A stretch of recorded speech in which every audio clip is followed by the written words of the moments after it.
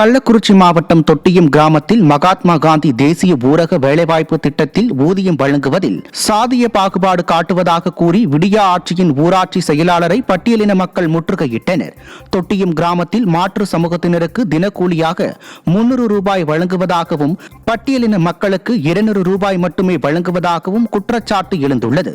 இதுகுறித்து ஊராட்சி செயலாளர் சங்கரை முற்றுகையிட்டு பட்டியலின மக்கள் வாக்குவாதத்தில் ஈடுபட்ட போது அவர் அலட்சியமாக பதில் அளித்துள்ளார்.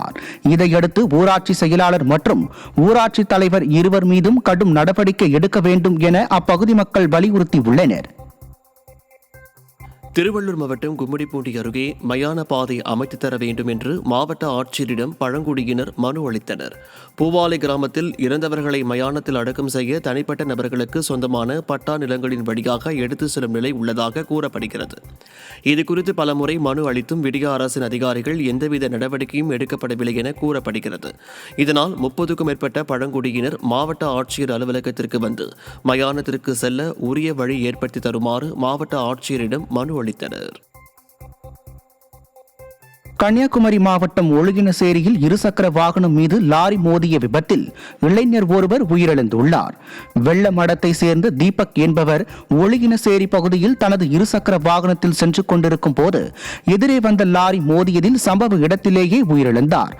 இந்த விபத்து குறித்து போலீசார் விசாரணை மேற்கொண்டு வருகின்றனர். விபத்து தொடர்பான சிசிடிவி காட்சி வெளியாகி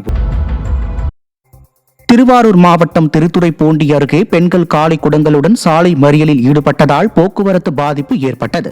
கச்சனம் மெயின் ரோடு பகுதியில் கடந்த ஒரு வார காலமாக குடிநீர் சரிவர வழங்கப்படவில்லை என்று கூறப்படுகிறது. இதுகுறித்து அதிகாரிகளிடம் புகார் அளித்தும் எந்த ஒரு நடவடிக்கையும் எடுக்காததால் ஆத்திரமடைந்த பெண்கள் காலி குடங்களுடன் சாலை மறியலில் ஈடுபட்டனர். இதனால் அரை மணி நேரத்திற்கு போக்குவரத்து பாதிப்பு ஏற்பட்டது. கார் பந்தயத்துக்கு காட்டும் அக்கறையை விடியா அரசு மக்களின் அன்றாட வாழ்க்கைக்கு தேவை தண்ணீர் வழங்குவதிலும் காட்டக்கூடாதா என பொதுமக்கள் வேதனை தெரிவிக்கின்றனர்.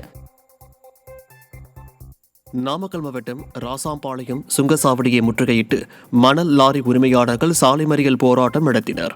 தமிழகத்தில் காலாவதியான 22 சுங்கசாவடிகளை அகற்ற கோரியும் செப்டம்பர் மாதம் முதல் உயர்த்தப்பட்ட சுங்க கட்டணத்தை திரும்பப் பெற வலியுறுத்தி சுங்கசாவடியை முற்றுகையிட்டனர்.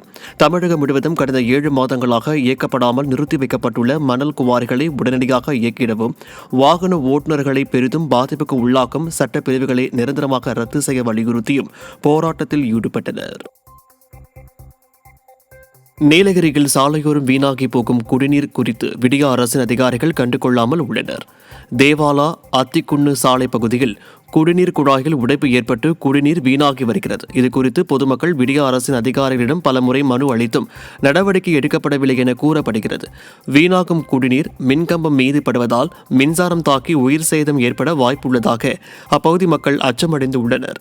எனவே இனியும் தாமதிக்காமல் நகராட்சி நிர்வாகம் உடனடியாக நடவடிக்கை எடுக்க வேண்டும் என பொதுமக்கள் கோரிக்கை விடுத்துள்ளனர்.